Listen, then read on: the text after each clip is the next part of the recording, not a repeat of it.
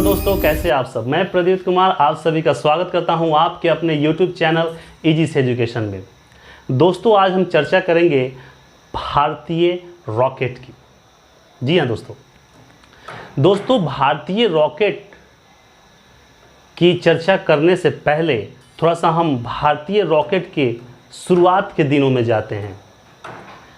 दोस्तों, ये जो भारतीय रॉकेट जो बनाए जाते थे पहले, जो अंतरिक्ष में उपग्रह को ले जाके सेट करते थे, पृथ्वी की कक्षा में या फिर अंतरिक्ष में जाकर कहीं सेट करते थे, उस रॉकेट को बनाने के लिए जो भी उपकरण लगते थे वो पहले भारत अपने आप से कोशिश किया बनाने का।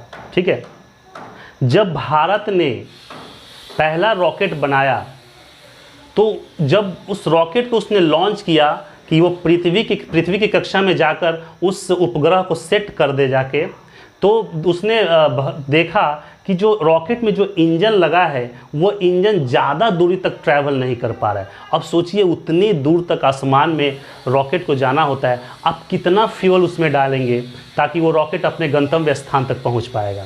मतलब होता क्या था कि रॉकेट बीच में ही क्रैश हो जाता था या फिर बीच में ही कोई दुर्घटनाग्रस्त हो जाता था।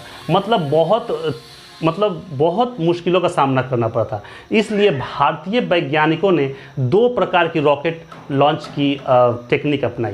पहला है PSLV और दूसरा है GSLV। तो दोस्तों, इसी PSLV और GSLV की चर्चा हम इस वीडियो में करने वाले हैं। तो दोस्तों, हम पहले चर्चा कर लेते हैं PSLV रॉकेट की। PSLV का पूरा नाम होता है दोस्तों पोलर सैटेलाइट लॉन्च व्हीकल। ठीक है, अब दोस्तों ये PSLV क्या है? PSLV हो या फिर GSLV हो, ये रॉकेट में इंजन का प्रकार होता है। तो अभी हम फिलहाल बात कर रहे हैं PSLV इंजन के बारे में। दोस्तों, जैसा कि मैंने पहले आपको बताया था कि बहुत दूरी तक जाने में क्या होता था कि रॉकेट बीच में ही फ्यूल खत्म हो जाता था रॉकेट का, जिसके चलते रॉकेट दुर्घटनाग्रस्त क्षतिग्रस्त हो जाती थी और वैज्ञानिकों का सोचा हुआ गंतव्य स्थान वो रॉकेट प्राप्त नहीं कर पाता था। उसके बाद वैज्ञानिकों ने PSLV polar satellite launch vehicle engine बनाया। इसमें क्या होता था कि इस रॉकेट में 4 प्रकार के इंजन होते थे। दोस्तों देख सकते हैं, इस रॉकेट में 4 इंजन होते थे। 1 नंबर, 2 नंबर, 3 नंबर, 4 नंबर। यहाँ पे देखेंगे 1 नंबर और 3 नंबर का जो इंजन होता था वो ठोस प्रणोदक, उसमें जो ईंधन होते थे वो ठोस के रूप में होते थे।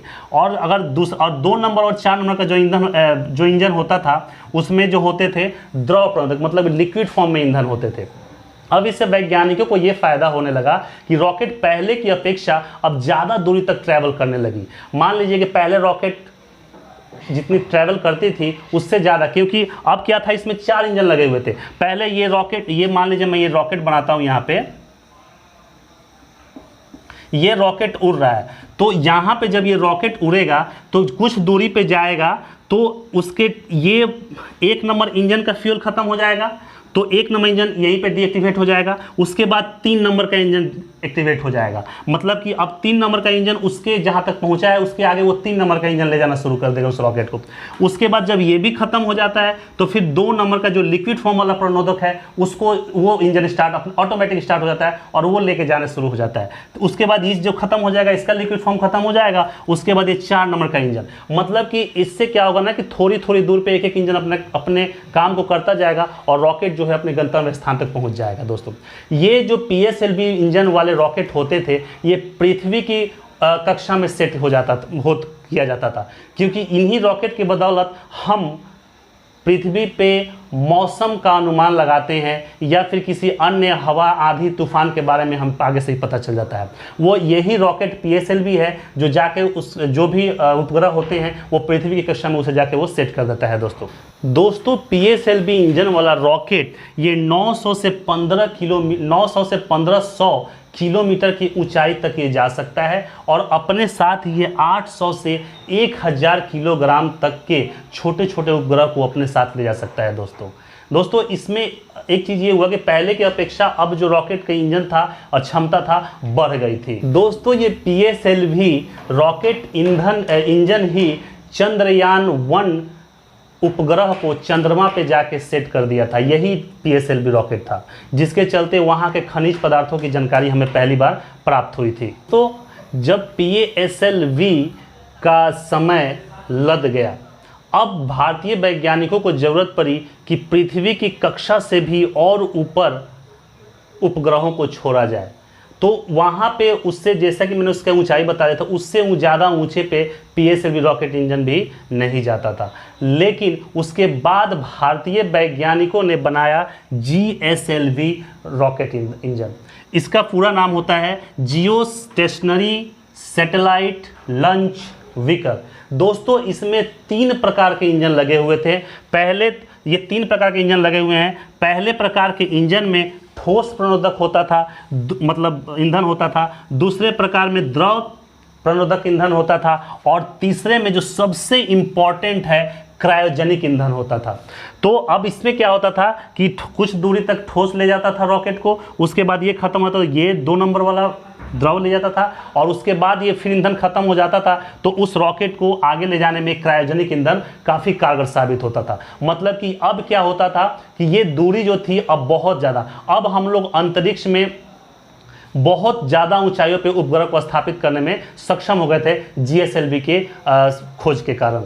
दोस्तों ये जो GSLV युक्त इंजन रॉकेट था वो लगभग 2500 किलोग्राम वज़न को अपने साथ ऊपर ले जा सकता था। यानी कि 2500 किलोग्राम तक के उपग्रहों को वो ऊपर ले जाता था, और ये 36,000 किलोमीटर ऊंचाई तक जा सकता था। अब इससे भारत के क्षेत्र में जितने भी कम्युनिकेशन सिस्टम थे वो दुरुस्त हो गए। जैसे इनसैट 1 जो उपग्रह है वो GSLV ने ही अंतरिक्ष में लेकर छोड़ा था। इससे क्या होता है, जैसे हम लोग मोबाइल पे बात करते हैं, टेलीविज़न देखते हैं, ये सारी चीज़ें इसके चलते GSLV इंजन रॉकेट के चलते ही संभव हो पाया, क्योंकि अब इसकी जो क्षमता थी वो PSLV इंजन से भी ज़्यादा हो चुकी थी।